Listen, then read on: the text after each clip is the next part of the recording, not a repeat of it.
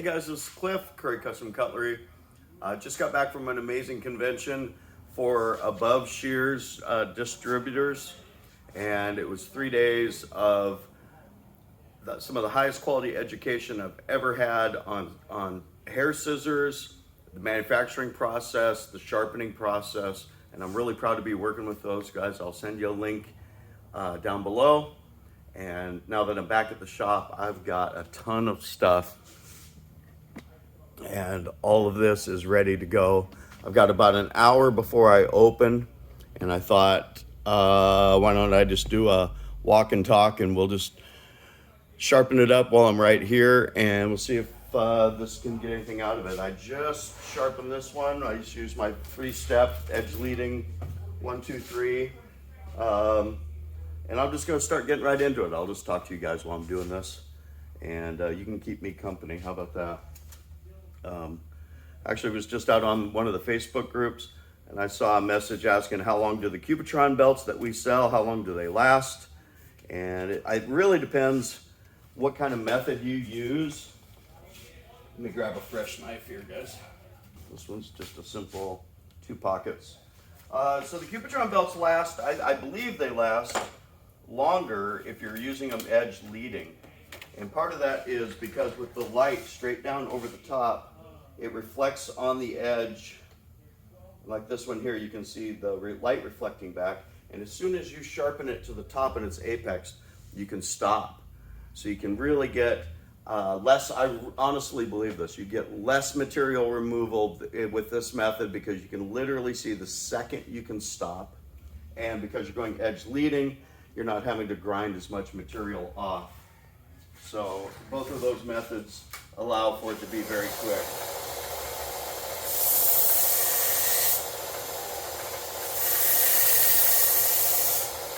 This one had a pretty interesting, it's almost called a difficult thumb stud. So I just matched my angle and then I went up above. As long as you don't hit the edge of the belt, you don't have to worry about it. Match the angles. And then I've got the 2-step leather process here. Let me just make sure that that's still in the camera.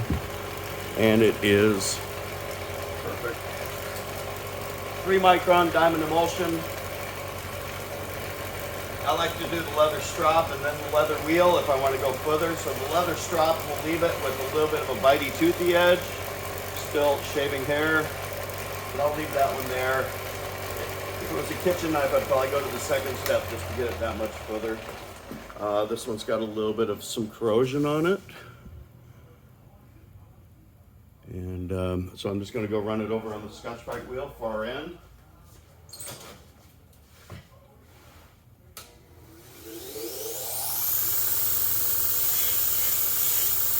And I'll do the flat and the bevel on both sides.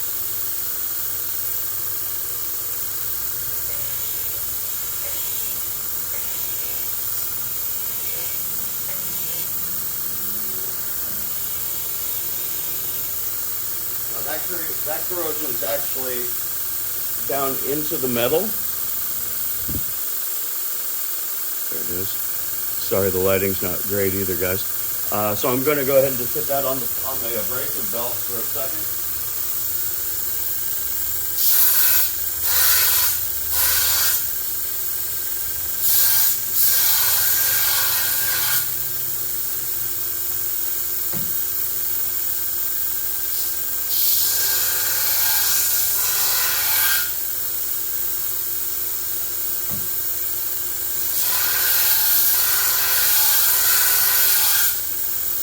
There we go. And then I'll hit it back on the Scotch-Brite again.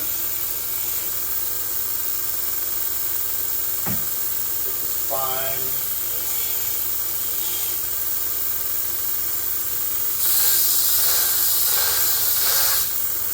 There we go. If you really wanted to, you could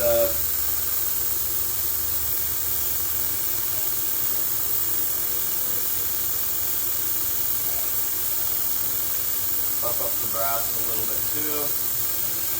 I don't have any specific instructions, but that little bit of extra work I just did right there Pick the bottom.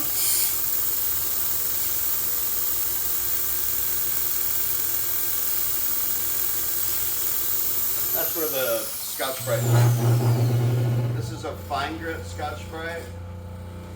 And then this is a buffing wheel, of course.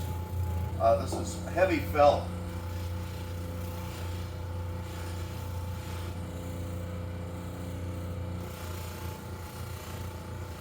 And I did all this before it was sharpened.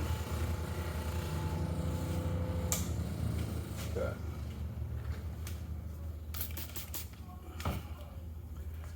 So Scotch Brite just allowed me to clean up the surface. Still got a little bit, I didn't want to carve all the way down in, but satin polished the whole edge, polished this up. That took a couple minutes. And then I'll go ahead and do the sharpening process. When I'm looking at the sharpening process, I look at how thick the bevel is and how deep it is already. So it comes almost to the edge, but it's fairly wide. So I will probably put my angle guide on the spine.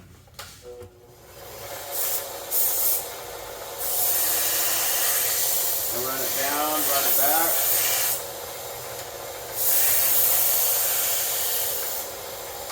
That's all there is to it. The knife is apexed. That's the refinement step. And then we'll come over here. This one's more of a display piece. It's bitey sharp right now. And I'll just lightly touch it up there for the final. The other cool thing about using the angle guides edge leading like that is you get a really needle point tip, if it'll show up, and it probably won't. Okay, moving on. Here's a whole bucket full of garden tools.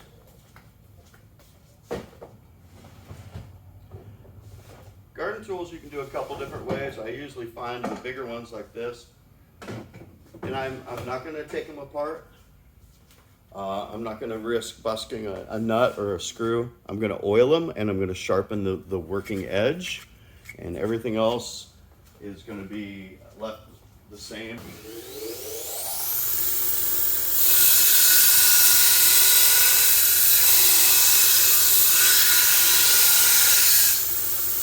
Bring up a burr, remove any of the damage that was there.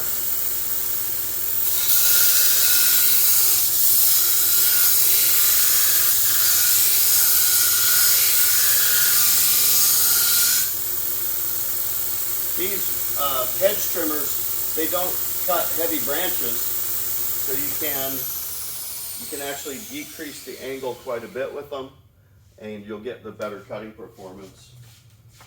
Often what I like to do is I've got a diamond, some sort of a diamond rod, and so the burr is over on the inside. I'll push the burr back to the outside, and I'll hit it one more time on the softer buffing wheel.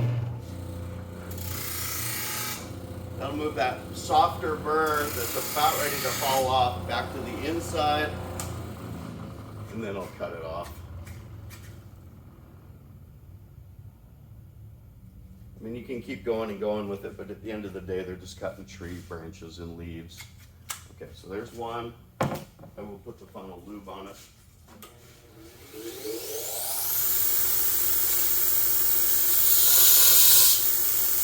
Sometimes you got to be careful when they don't open up all the way.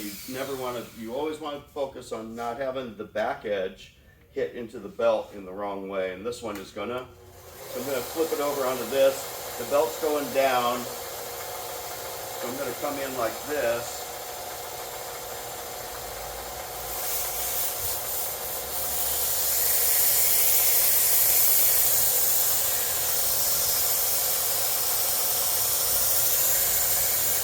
This is another reason why I like the 1x30s. Yeah, put on some glasses, make you guys feel safer.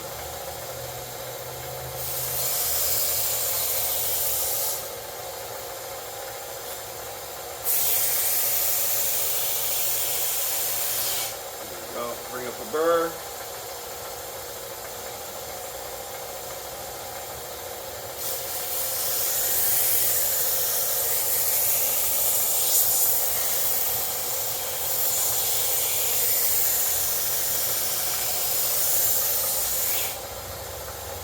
Okay, got a full burr, and then I'll go ahead and cut that burr off. Be right back. Okay, wife was just dropping off the dog, and let's see if I can get back in action here. Okay, first two pair, perfect.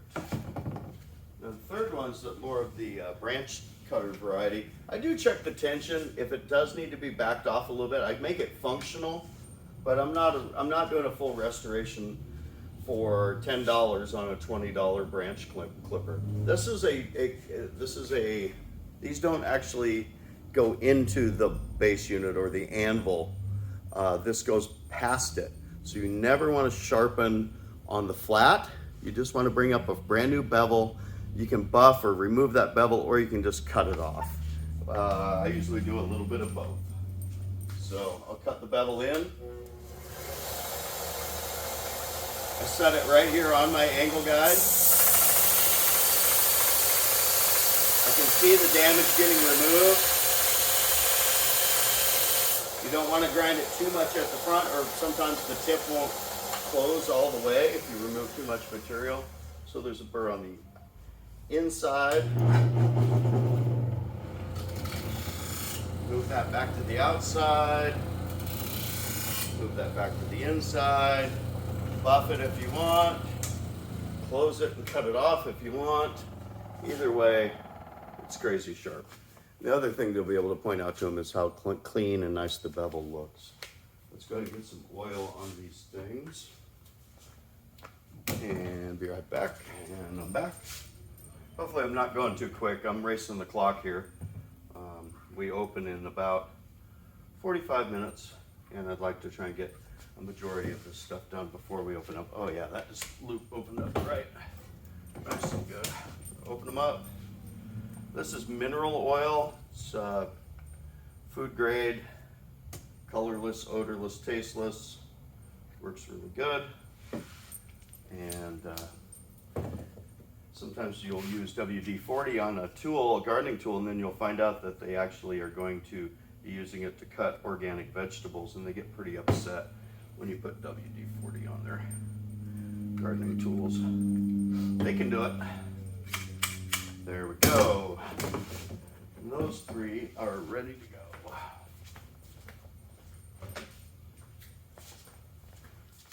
We got here.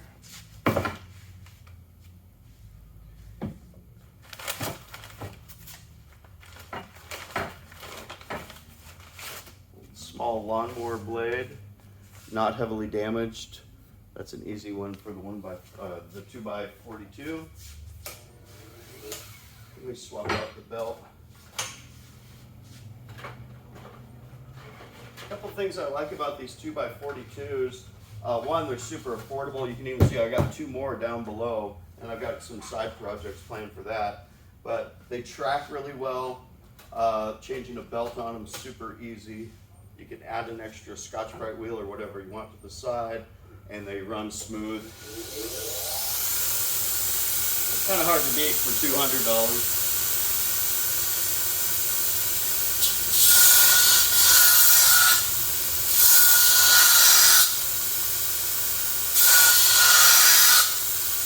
I'm just going to angle match.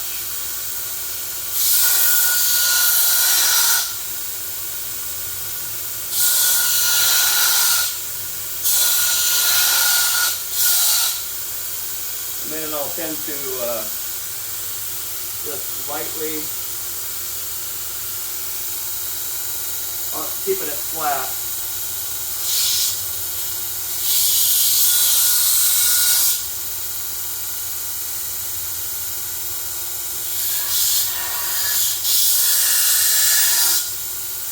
And I'll hit it one more time with the Scotch.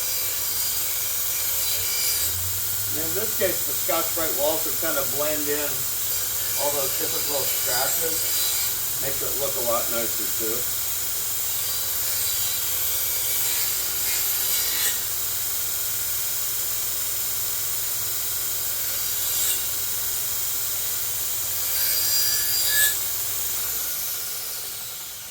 It's ready to go. Oh, sorry guys, the lighting's just horrible over here.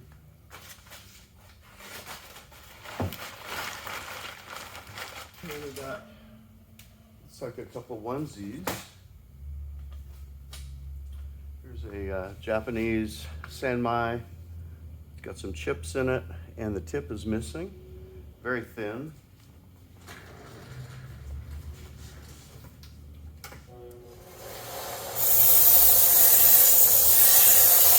Gonna keep the bevel as thin as possible.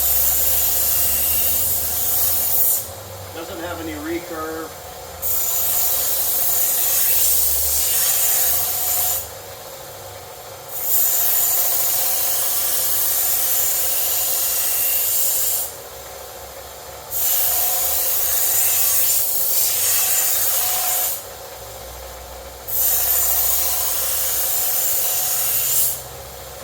Bevel damage is done. Secondary bevel does not look very big. There's still plenty of cladding. And then for this one, probably just do it right here. What you have to do is kind of come in on the slack, and I will water it up.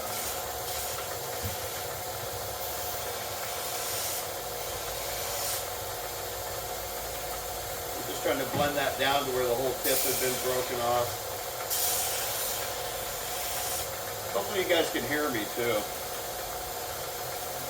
So give it lots of water, start at the tip, and roll back into the spine. If you start at the spine and come down to the tip, all that heat will come right down to that end. We have no discoloration or anything. And I'm just taking my time, honestly, with this part of it. More focused on getting a nice, clean shape. They're going to be really impressed with that. And I could have done it over here on the horizontal as well.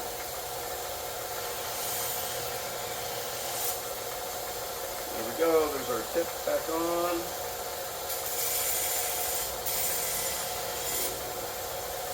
Perfect.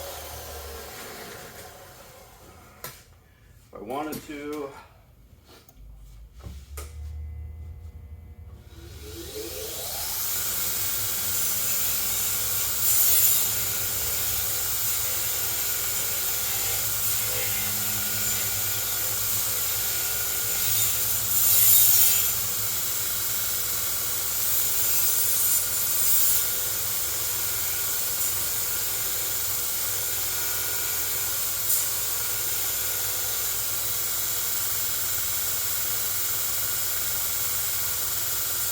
and where I ground that new tip in, the edges will be a little sharp, so I'll soften them up there too.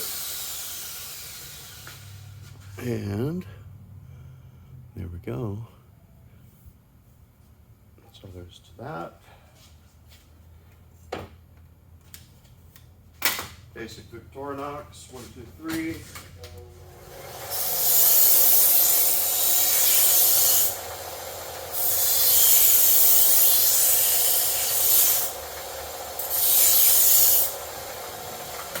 Remove the damage, bring up the needle point tip again.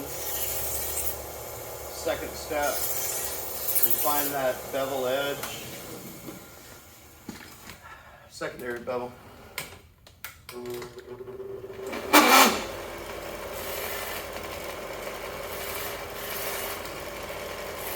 Quick strop, check it for bite. A little extra polish. Haven't done this yet. Probably going to be good enough. And we'll give these guys a sheath for this one as well. We'll give them a new sheath for this one as well. And then, okay, pocket knife. Some of the easiest things to do with the angle guide. I'm going to set it flat on here. Down and back, flip it over. Down and back, very light pressure. The pressure allows me to keep the bevel symmetrical. That's the number one thing you want to look for, is keeping a needle point tip, symmetrical bevels.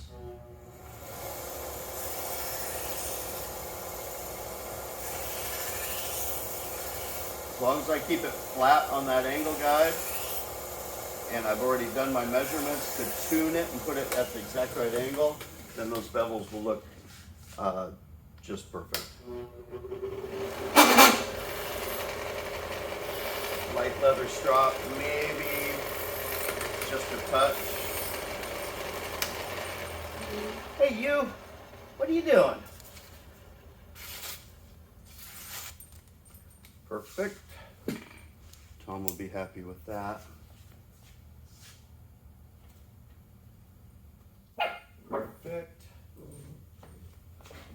I'll do a few more here. These look like standard kitchen knives.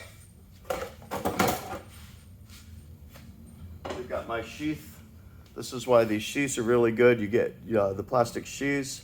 We have them on our website for $2. You sell them to your customers for $5.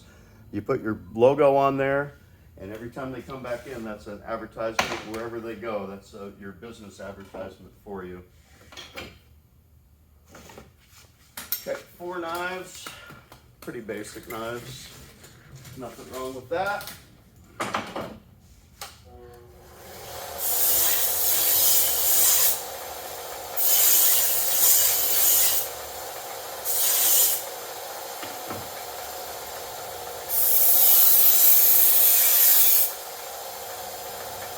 That's a ceramic.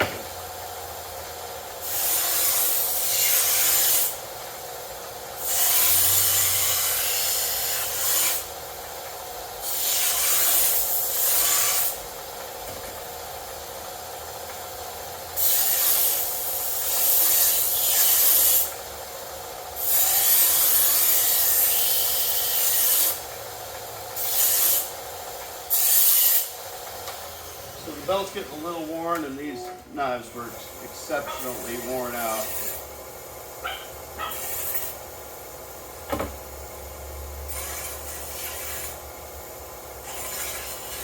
Even though I'm going really fast, what I'm doing is I'm making sure that I get a full clean pass. And one of the other telltale things is when you see the little bit of dust coming over the top, that lets you know that the belt is cutting in and it's going over the apex. This one will have to do something different with it. But we'll get these others out of the way first.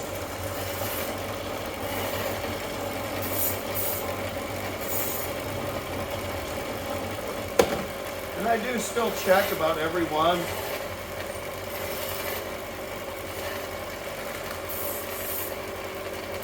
Check it with my finger, I feel for the bite. This is what it looks like if I was to cut a piece of paper every time. Got a nice slicey bite. More of a fine tooth, because if it's a hunter, I'm going to leave it like that, but if it's for the kitchen, I'm going to give it that extra little bit of a polish step. Probably decrease the best score a little bit. I have no idea what this other gunk is. Come back and clean that off a little bit. And the ceramic one, I'm just going to leave it out so I can keep moving. And I'll come back to that one. Unless you guys want to see it, pause the video right there. This is going to be a diamond belt, 400 grit. They're super expensive, but they're also super durable. Don't use them that often. And pop it in over here where I need to swap out the Cubitron anyway. So when I get done, I can just swap out to a brand new Cubitron.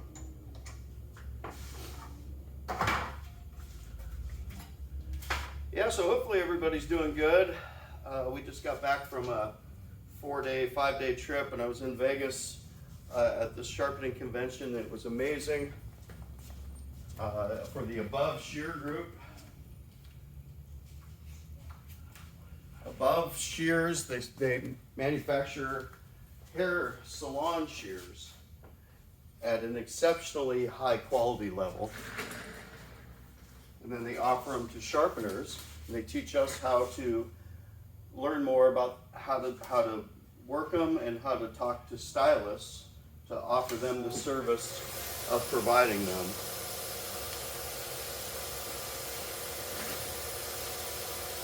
And other things, many, many other things.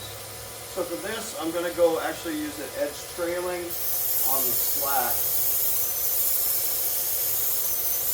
What I want to do is turn up the speed and decrease the pressure. The pressure is what causes these to fracture.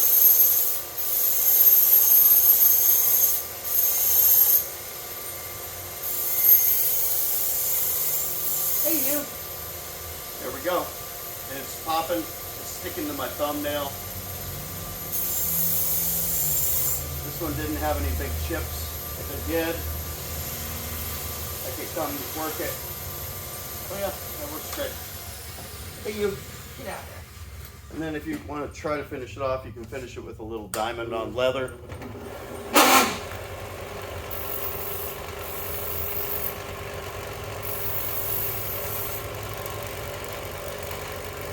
Stick into my thumbnail, and that's going to be good enough for a ceramic. Next up is Susan. This one is actually down to the gratins, which is fine. It's gonna still cut just fine. And what I'll do for this one is, well, first off, let's swap out the diamond belt. Get the old, that one. Get the fresh Cubitron. There we go. The other reason I went to the event, besides these guys are some of my best friends and industry leaders, and they're really doing a lot to help our sharpening community at the professional level in all these different ways, is they had the event at the Tuscany Resort. And the Tuscany Resort is just set up to do conventions. So while I was there, I got all the paperwork in place, signed the contract so we can have the second annual Western Sharpeners Roundup at the Tuscany Resort next year, and it'll be April 8th, 9th, and 10th. It will be $500, and that covers 3 days of training with all the top sharpeners and clipper blades, hair salon scissors, grooming scissors, and then of course knives, top to bottom, with some of the best sharpeners in the industry for knives. And everything in between. It covers breakfast, full catered buffet lunch, and that's for 3 days for $500. You book the room and ticket. The rooms are $89 a night, and they're a beautiful giant suite, and that's it. It's 3 days of fun, fellowship, and learning everything there is to know about sharpening. I'll have links for that in the description below as well. All right, so new Cubitron belt is on. Vacuum is on. I'm going to start just by Scotch Briding the gratins just to buff it up a little bit. I know the lighting still sucks, but there you go. It's just your standard kind of scuffed up knife. Hey you.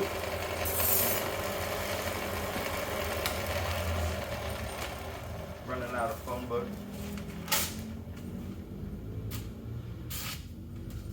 And the final edge, since I did that 30-second Scotch Brite on it, now that whole edge looks like I just did a ton of work to it when all I really did was buff and polish it. I mean, I guess you could say it's maybe help it be a little smoother for the cut, but the customer will notice the difference and be impressed with it. Oh, here's a good one to kind of finish on, maybe.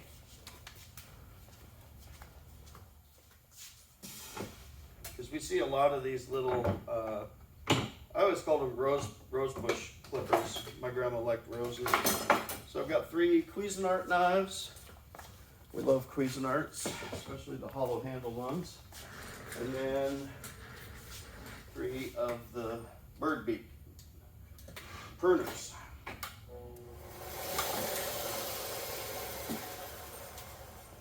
These blades have got corrosion all over them. So I'm going to do everything I can to make them look nicer for that.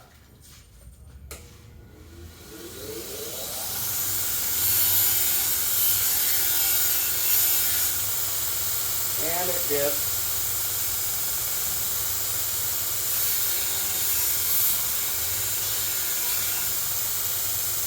Perfect.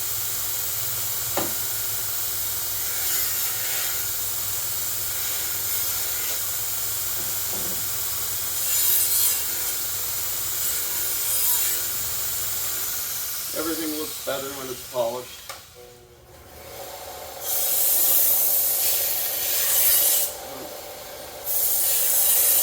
I set flat against the guide, and then I'll make sure we cut the wheel down. Hey you! What was that, like a drive-by attack or something?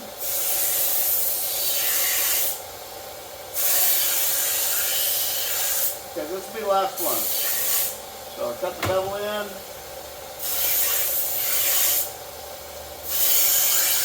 This one's got the weird ugly with rubber, but the whole heel's sticking up, so we gotta bring that down. And stop before you go through. In any way, I'm gonna stop right there. Okay, bird beak. Bring it through. Swipe and wipe them across.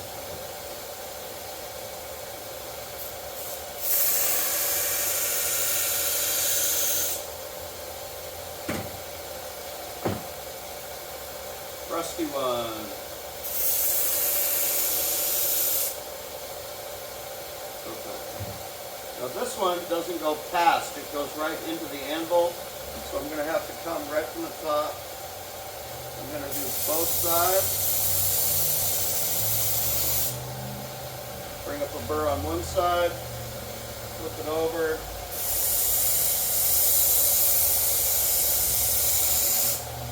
Bring up the burr on the other side, close it, make sure it impacts. It's not quite impacting in the back, it needs a little bit more at the tip taken off. So I'll hold it there an extra 2 seconds. Hold it over here an extra 2 seconds. Check it, now the whole thing is closing. And we'll put some drop of oil on all these guys.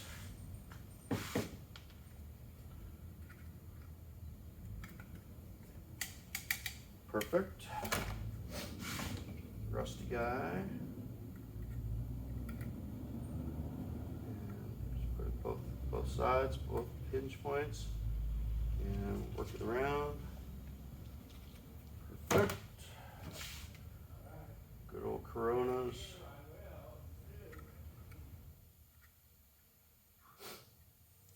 Hopefully this isn't the worst video I've ever made. Try to throw in a packet full of some information for you guys. Sounds like I am catching a little bit of a cold, or it might just be from that dry air in the desert. So super excited for the next event. This will be the Western Sharpeners Roundup, and we will have links for it. If you're on Facebook, you can find it. Western Sharpeners Roundup, Tuscany Resort, amazing place. Swimming pool, everything you need right there, really good food. And we're gonna have one of the large grand ballrooms, and then we'll have all the speakers and presenters. And unlike some events, it's more hands-on, round robin, freestyle, call it whatever you want, where you actually get to spend time learning one-on-one and exchanging ideas and tips and techniques with each other. That's part of the camaraderie and the fellowship.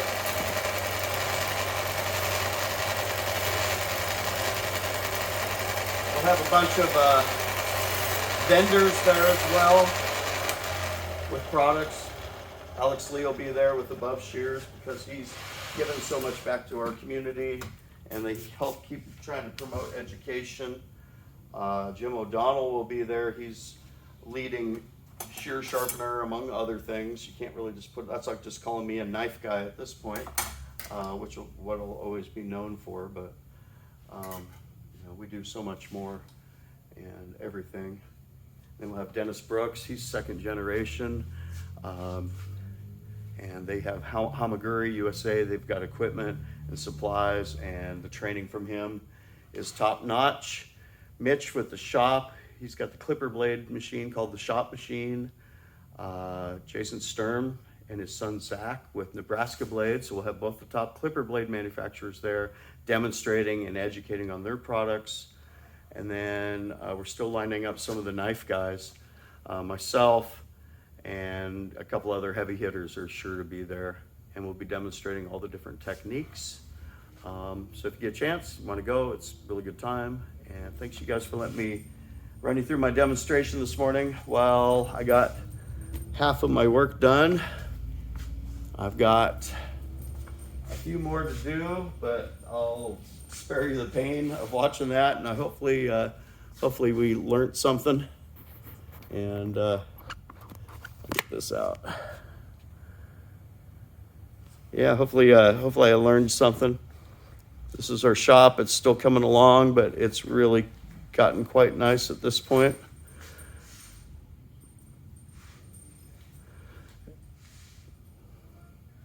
And we keep adding to it as well. Everything is a work in progress. But the back area, and then I'm still setting up these areas. This is the whetstone area, and I just got some new, the flat hone. I got to train with the master sharpener from the factory, and he showed me how to do the ride lines for hair scissors on a CBN wheel. So I took the training from him, and I took the CBN wheel. You know I did. Back of the house here. We have all new products coming, fill the gaps. We've been back ordered for a little bit. And then we have new products coming as well. A whole bunch of new products, CBN wheels and Scotch-Brite wheels, all the stuff. Yep. Back here's our new clipper blade area where my wife is setting up to do clipper blades. And then we've got some of our new products also back here will be stocked and ready to go. All right, you guys, I think that's about it. It's good to be back recording again. Hopefully this was cool. I'll try and edit it down, and maybe you guys like the long format like this. Either way, thank you guys, and have a great day. Aloha.